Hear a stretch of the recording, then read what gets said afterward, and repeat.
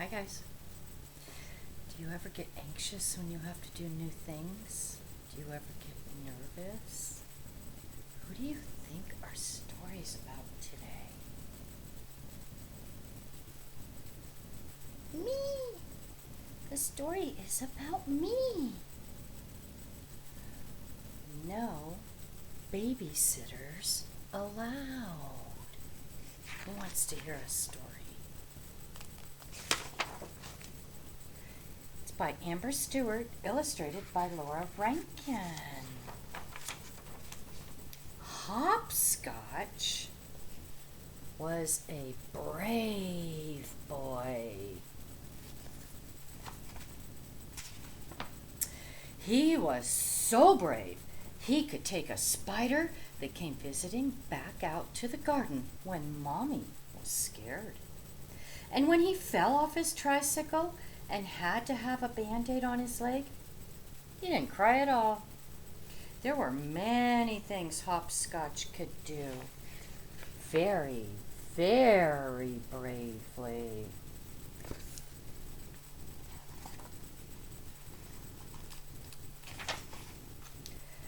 But when Hopscotch realized that tonight was a Mrs. Honeybunch the babysitter night, he didn't feel brave at all. "Sweetheart," Mommy said, "don't you like Mrs. Honeybunch?" "No," said Hopscotch. "Rabbity and I do not like Mrs. Honeybunch." But really, Hopscotch didn't like bedtime without Mommy and Daddy. It made him feel all worried inside, and that made his tummy hurt.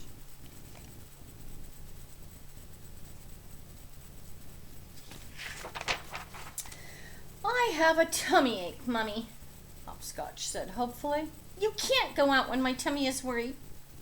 "Mrs. Honeybunch can give you warm milk for that." Daddy smiled and kissed him better. "Rabbity can have some too." "Run along now, we'll be fine," said Mrs. Honeybunch kindly. Mommy was looking as worried as Hopscotch.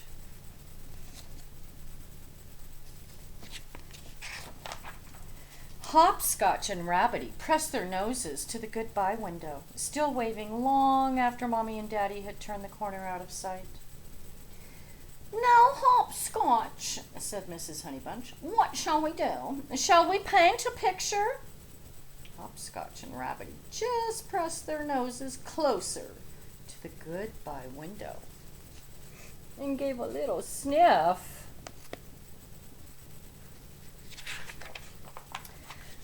"What about building a car?" suggested Mrs. Honeybunch. They gave a slightly bigger sniff. "I know," said Mrs. Honeybunch brightly. "Let's play hide and seek." Hopscotch shook his head sadly. "No, thank you. I think I'll play hiding and no seeking all by myself." And off he went to hide in the special No Babysitters Allowed camp that he had made earlier in the day. Rabbity stood guard outside. Hiding is fun when someone is seeking, but hiding on your own when no one is looking for you is very boring, as Hopscotch soon discovered. There was not much to do in his camp, especially with Rabbity on guard duty. It might have been fun to build a car or paint a picture.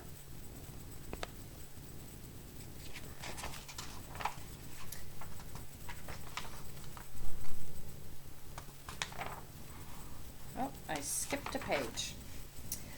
So when he heard Mrs. Honeybunch ask if Rabbity would like to hear a story while he guarded the entrance, Hopscotch pricked up his ears, especially because it was one of his favorite bedtime stories.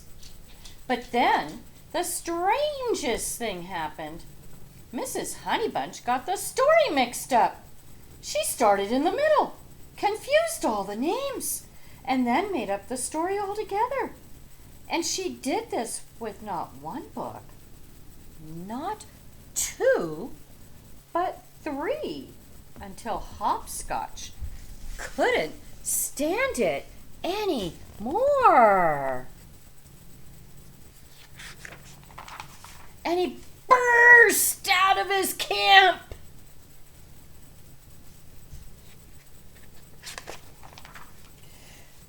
"This is Honey Bunch," he said. "You're reading the stories all wrong. You're mixed up." "Oh, dear, sweetheart, am I?" Mrs. Honeybunch smiled. "Perhaps you could help me out." So Hopscotch very patiently told Mrs. Honeybunch about the stories in the books.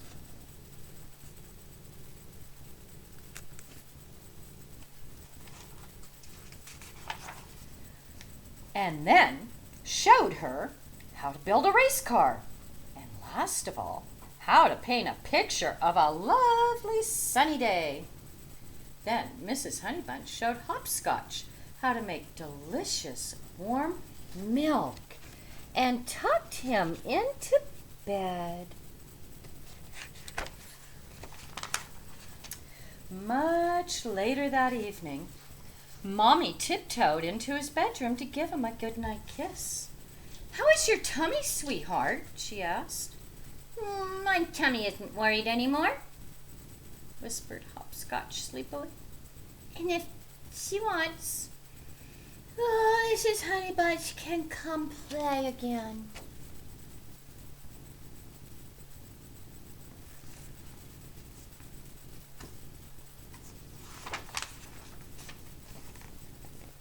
What do you think of that, guys?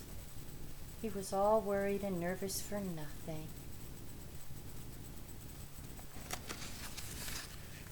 There's Mrs. Honeybunch. There's his fort.